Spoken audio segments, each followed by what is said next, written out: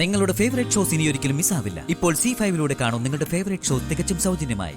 എന്റെ മനസ്സ് പറയുന്നു എന്റെ ഗോപി സാറ് എത്രയും പെട്ടെന്ന് സുഖം പ്രാപിക്കുമെന്ന്. ആ നന്ദികെട്ട നായ്ക്കളെ അദ്ദേഹം തിരിച്ചറിയുമെന്ന്. താൻ എന്തൊക്കെയാടോ പറഞ്ഞു ഫലിപ്പിക്കുന്നേ? ആരാ ഇവിടുത്തെ നന്ദികെട്ട നായ്ക്കള്? തനിക്ക് ഗോപിയേട്ടനെയും ഗായത്രി ദേവിയെയും എങ്ങനെ അറിയാം? ശരിക്കും താൻ ആരാ? ബുദ്ധനും ശങ്കരനും ഉത്തരം തേടിയ ചോദ്യ പ്രഭാവതി മാഡം ഇപ്പൊ ചോദിച്ചത്. അത് സ്വയം ചോദിക്കുന്നതാവും ഏറ്റവും ഉചിതം. ഞാൻ ആര്? ഗായത്രി ദേവിയെയും ഗോപിനാഥ് സാറിനെ അറിയാത്തവരായി ദാരിദ്ര്യരേഖയ്ക്ക് താഴെയുള്ള ആരും ഉണ്ടാവില്ല. ഒരുപാട് സഹായങ്ങൾ അവരുടെ കയ്യിൽ നിന്ന് ഞാനും കൈപ്പറ്റിയിട്ടുണ്ട്. എല്ലാം പോസ്റ്റ് ഓഫീസ് വഴിയോ ബാങ്ക് വഴിയോ ആയിരുന്നു. കാഴ്ചയുള്ളപ്പോ ഒന്ന് നേരിട്ട് കാണണമെന്ന് ഒരുപാട് ആഗ്രഹിച്ചിരുന്നു. പക്ഷേ കാഴ്ച നഷ്ടപ്പെട്ടപ്പോഴാ ദൈവം അതിനൊരവസരം ഉണ്ടാക്കിയത്.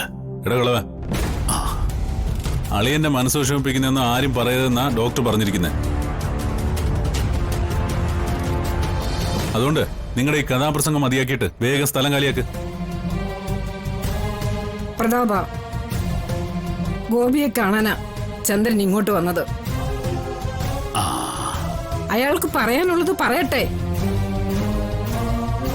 അതിന് നീ വിലങ്ങുതടിയാകാതെ പോകാൻ നോക്ക്.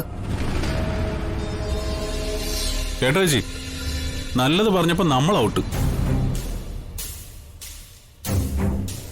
പരദൂഷണം കേൾക്കാൻ താല്പര്യമുള്ളവരെ ഉപദേശിച്ച് നന്നാക്കാമെന്ന് വിചാരിക്കരുത് പ്രതാപ. അത് മൂഢത്തവാ. അവര് കഥാപ്രസംഗം നടത്തുകയോ കഥകളി ആടുകയോ എന്ത് വേണമെങ്കിലും ആയിക്കോട്ടെ.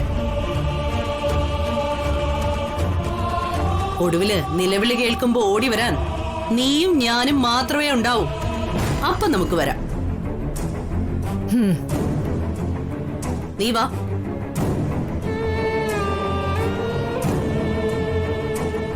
അമ്മേ, ആ പറഞ്ഞത് കാര്യമാക്കണ്ട. അസ്ഥാന ജൽപ്പനങ്ങൾ അസ്ഥിരതയുള്ളവരുടെ നാവിൽ നിന്നേ വരൂ.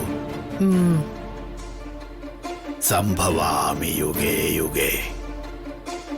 ചന്ദ്രന് കുടുംബമൊന്നുമില്ലേ? കാഴ്ച നഷ്ടപ്പെട്ടത് ഈ അടുത്ത കാലത്താണെന്ന് പറഞ്ഞല്ലോ, അതുകൊണ്ട് ചോദിച്ചതാ. അമ്മേ, കൂടുമ്പോ ഇമ്പമുണ്ടാവുന്നതാണല്ലോ കുടുംബം. എന്റെ ജീവിതത്തിലും അങ്ങനെ ഒരു ഇമ്പം ഉണ്ടായിരുന്നു. അതെല്ലാം ജീവിതത്തിന്റെ പിന്നാമ്പുറ കഥകളാമേ.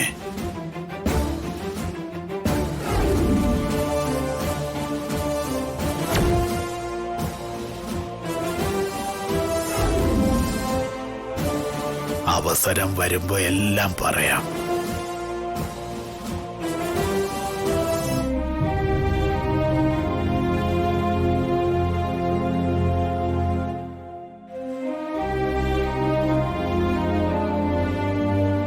ഡൗൺലോഡ് ചെയ്യൂ C5 ആപ്പ്. കാണൂ എല്ലാ എപ്പിസോഡുകളും സൗജന്യമായി.